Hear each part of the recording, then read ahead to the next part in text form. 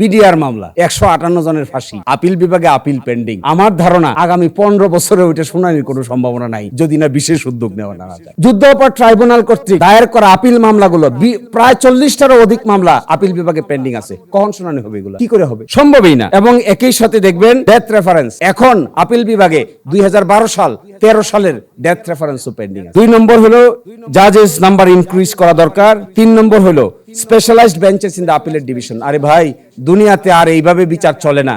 দুনিয়ার সব জায়গায় স্পেশালাইজড হয়ে গেছে। কোম্পানি বেঞ্চ এগুলো আলাদা হয়, কোম্পানি আলাদা হয়, ক্রিমিনাল এগুলো আলাদা হয়, সিভিল এগুলো আলাদা হয়। এবং আমাদের আপিল বিভাগে দেখেন আলাদা কোনো কম্পার্টমেন্টাল ডিভিশন নাই। তো একজন মাননীয় বিচারককেই সব জাতের মামলা শুনতে হয়। আচ্ছা, মানুষ কি সুপারসনিক গতিতে চলা সম্ভব? বিচার তো একটা স্পেশালাইজড বিষয়। স্পেশালাইজড বিষয়ে ক্রিমিনালে যাদের স্পেশালাইজেশন থাকে তাদের তো রিটের স্পেশালাইজেশন নাও থাকতে পারে। যার স্পেশালাইজেশন রিটে আছে তার তো স্পেশালাইজেশন সিভিলে নাও থাকতে পারে। তাহলে তিনি কি করে ফাইলটা পড়ে অত দ্রুত সিদ্ধান্ত নেবেন? এটা আন্ডার এস্টিমেশন না, এটা বর্তমান যুগের স্পেশালাইজেশন। এটা ছাড়া হয় না, দুনিয়াতে সব জায়গায় হয়ে গেছে। রিসার্চার কাম ল ক্লার্ক সকল বিচারকদের সঙ্গে অবশ্যই ল ক্লার্ক রিসার্চার অ্যাপয়েন্টমেন্ট করতে হবে যদি পরিবর্তন চাই। তারপরে introduce case management system, smart case management system. Financial independence is needed. জরুরি ভিত্তিতে মাননীয় বিচারকদের ফাইন্যান্সিয়াল রেমুনারেশন ব্যক্তিগতটা ইনক্রিজ করা দরকার, ইনস্টিটিউশনাল কস্টটা ইনক্রিজ করা দরকার। আর formulate the conduct of the জাজেস। আপনারা জানেন আমাদের উচ্চ আদালতের মাননীয় বিচারকদের এখনো কিন্তু কন্ডাক্ট অফ দ্য জাজেস এর কোনো ফর্মুলেশন আইন নাই।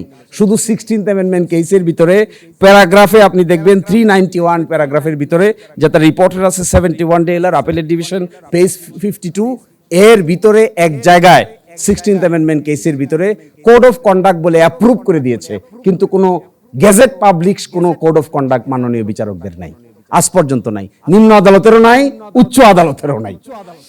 আর establish independent attorney service. Attorney service independent না হইলে সঠিক বিচার ডেলিভারি করা ভেরি কঠিন। সরকার আসে, অ্যাটর্নি জেনারেল অফিস হায়ার হয়ে যায়, সরকার যায়, অ্যাটর্নি জেনারেল অফিস ফায়ার হয়ে যায়। এই যে হায়ার এবং ফায়ার, এইটা তো কোনো উন্নত বিচারিক সিস্টেম না। এটা attorney general office must be an establish independent attorney service, তবেই এগুলো ডেভেলপ করা সম্ভব। আমি অনেক কথা বলেছি যেগুলো আমার কাছে মনে হয়েছে 5ই আগস্টের পরে এই সমস্যাগুলোর সমাধান করতে পারাই হবে চেতনার প্রকৃত লালন।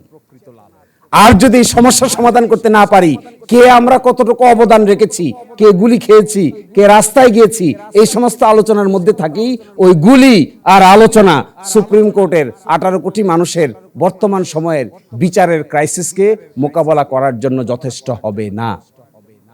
যথেষ্ট তখন হবে যখন একজন মানুষ এখানে আসবে, আগের দিন আসবে, 2 দিনের ভিতরে, 1 সপ্তাহের ভিতরে সে জেনে যাবে আমি হারছি অথবা আমি জিতছি, বাস শেষ।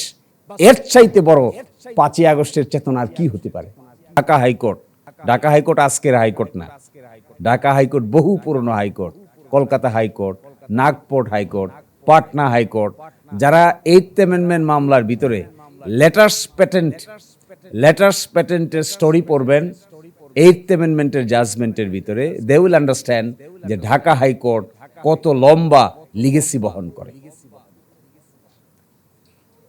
এবং ইন জেনারেল হার্ড ওয়ার্কিং, কিন্তু অন দ্য আদার হ্যান্ড কতগুলো উইকনেস আমাদেরকে তাড়া করে বেড়ায়। তার মধ্যে একটা হলো বিচারকের সংখ্যা খুব কম। সরকারি হিসাব মতে 17,81,00,000 মানুষ। নিম্ন আদালতে বিচারকের সংখ্যা 2,198 জন। হাইকোর্টের বিচারক সংখ্যা 100 জন। আমাদের আপিল বিভাগের বিচারক সংখ্যা 4 জন, 104 জন। আর নিম্ন আদালতে বিচারক আছে 2,198 জন। কার হাতে কি আলাউদ্দিনের চেরাগ আছে যে এই 18 কোটি মানুষকে, এই 2,198 জন আর এখানে 104 জন, এই 2300 মানুষ মিলে বাংলাদেশের 18 কোটি মানুষের বিচার করবে? কার হাতে কি আলাউদ্দিনের চেরাগ আছে?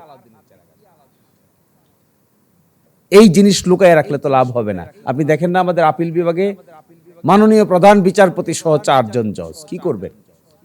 আমাকে বসাই দিলে আমি কি করতাম? আপনাকে যদি এখান থেকে তুলে নিয়ে বাংলাদেশের প্রধান বিচারপতি বানিয়ে দেয়া, আপনি কি করবেন? কি চারা আছে আপনার কাছে?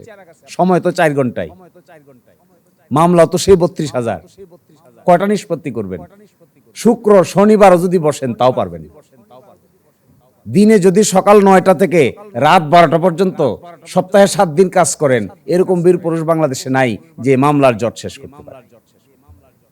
এইবারই প্রথম বিজেএস বাংলাদেশ জুডিশিয়াল সার্ভিসে 250 জন নিবে এই মর্মে একটা বিজ্ঞপ্তি দিয়েছে। প্রতি বছর নিয়েছে 100 জন, এইবার নিয়েছে 250 জন, এবার নিবে 250 জন। 2007 সালে অধস্তন বিচার বিভাগ আলাদা হওয়ার পরে ওই সময় নিয়েছিল একসাথে অনেক, এইবার তার দ্বিতীয় বৃহত্তম সংখ্যা 250 জন নিবে বলে সার্কুলার জারি করেছে।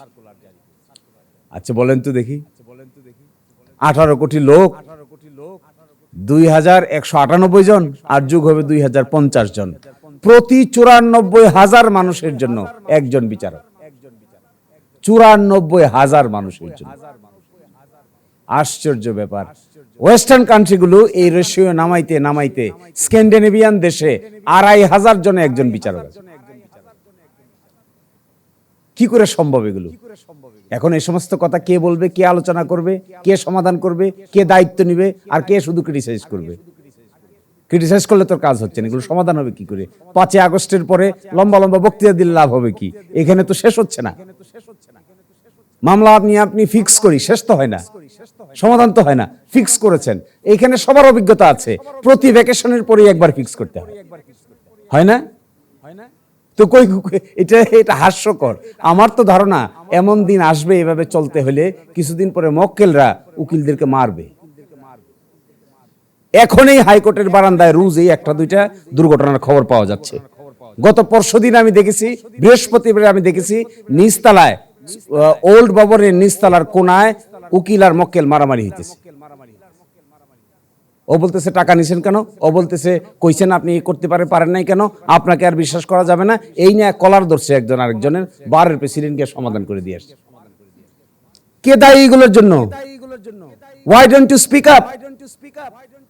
কেন মুখ লুকায় বসে রয়েছেন? কেন আমরা একজন আরেকজনের দিকে সামান্য টাকা আয় করার জন্য হাঁকাহাঁকি করতেছি, কেউই মুখ খুলে বলি না? কি জন্য এটা, কি জন্য হচ্ছে এটা? কিসের আগাম জামিন? 3 মাস পরে একটা আগাম জামিন শুনানির জন্য হাইকোর্টে আসে। 3 মাস পরে আগাম জামিনের আর কোনো দরকার আছে? তো কি জন্য আসছিল হাইকোর্টে? আসছিল তো আগাম জামিন নিবে। আগাম জামিন আজকে ফাইল করছে, কালকে শুনানি হবে, পরশুদিন আদেশ হবে, লয়ার সার্টিফিকেট নেবে, 4 সপ্তাহ 8 সপ্তাহ প্রোটেকশন পাবে, নিম্ন আদালতে সারেন্ডার করবে। এই জন্যই তো আসছিল এই প্রোটেকশনটার জন্য। 3 মাসেও আপনি খুঁজে পাবেন না। তো খালি বিপ্লবের কথা বললে আর বড় বড় চেতনার কথা বললে তো এখানে আগাম জামিন নিষ্পত্তি হবে না। চেতনা থেকে বাইর হয়ে এসে রিয়েল লাইফে এই প্রবলেম সলভ করার টেকনিক বাইর করতে হবে, যদি সত্যিকার অর্থে আমরা বিপ্লবী হয়ে থাকি। আর যদি আমরাও অনেকটা তেলবাজিতে বিশ্বাস করি, তাহলে আমরাও দেখে না দেখে, বুঝে না বুঝে কোন রকম নিজের জীবন পার করে আমরাও চলে যেতে পারবো, কোনো অসুবিধা হবে না। লজিস্টিক দেখেন, বিচারকদের দুষবেন, আমি পক্ষে বিপক্ষে দুই কথাই বলছি। বিচারকদের দুষবেন, আমাকে বিচারক বানাই গিয়া দেখেন দেখি আমি তো 6 মাস ওই চাকরি করতে পারবো না। যে পরিমাণ ফাইল এনএক্স ভবন, ওই ভবনের এক একজন মাননীয় বিচারপতির দরবারে আছে, উপর থেকে শুরু করে নিচের একেবারে আমরা আইনজীবীরা বসি পর্যন্ত লাইন ধরে কিছু কিছু ফাইল আছে, ধরলে পরে জোর জোর করে ভাঙে পড়ে যেতেছে। সিভিল মামলার ফার্স্ট আপিলের ফাইল দেখলাম ভাঙে মিস আপিলের ফাইল ভাঙে পড়ে যাচ্ছে। লজিস্টিক কোথায়? কতক্ষণ কাজ করবেন একজন মাননীয় বিচারক? বিকাল 4টা পর্যন্ত কাজ করবেন, তার কোনো রিসার্চ অফিসার নাই, তার কোনো অ্যাসিস্ট্যান্ট নাই, তার কোনো ল ক্লার্ক নাই, তার এক বিরোধে আমরা বসায় রাখছি, সে তো ফাংশন করতে পারছে না। এর মধ্যে ফাস্টেস্ট গ্রোয়িং বিচারক যারা আছে, যারা সত্যিকার অর্থে কাজ করতে চান, তার অ্যাসিস্ট্যান্স কি? যে সমস্ত আইনজীবীর ভালো ভালো চেম্বার আছে, এক এক চেম্বারে 8 জন 10 জন 15 জন পর্যন্ত কম্পিটেন্ট জুনিয়র কাজ করতেছে। আর এখানে ল ক্লার্ক কোথায়? বিচারকের জাজমেন্ট লিখবে কে? এডিট করবে কে? কারেকশন করবে কে? প্রতিদিন সকালবেলা এসে হাইকোর্টের কনস্টিটিউশনাল কোর্টের একজন বিচারক এসে অর্ডার কারেকশন করেন, কোনানা দাড়ি কমা বাদ গেল, কোনানা সেমিকোলন বাদ গেল, কারণ কি? এটা কারেকশন করার কোনো লোক নাই। সুপ্রিম কোর্টে বহু যুদ্ধ করার পরে সর্বশেষে এক একজন মাননীয় বিচারপতির সঙ্গে একজন করে রিসার্চ অফিসার দিয়েছে। হাইকোর্টের রিসার্চ অফিসার লাগবে না? আপনি ভারতীয় সুপ্রিম কোর্টে গিয়ে দেখেন, প্রতি বিচারকের সঙ্গে 3 জন ল গ্রাজুয়েট পাস করা, দিল্লি ইউনিভার্সিটি থেকে, নেহেরু ইউনিভার্সিটি থেকে, first class, first, second, third, তাদেরকে সরাসরি এনে বিচারকদের ল ক্লার্ক হিসেবে অ্যাপয়েন্টমেন্ট দেওয়া হচ্ছে।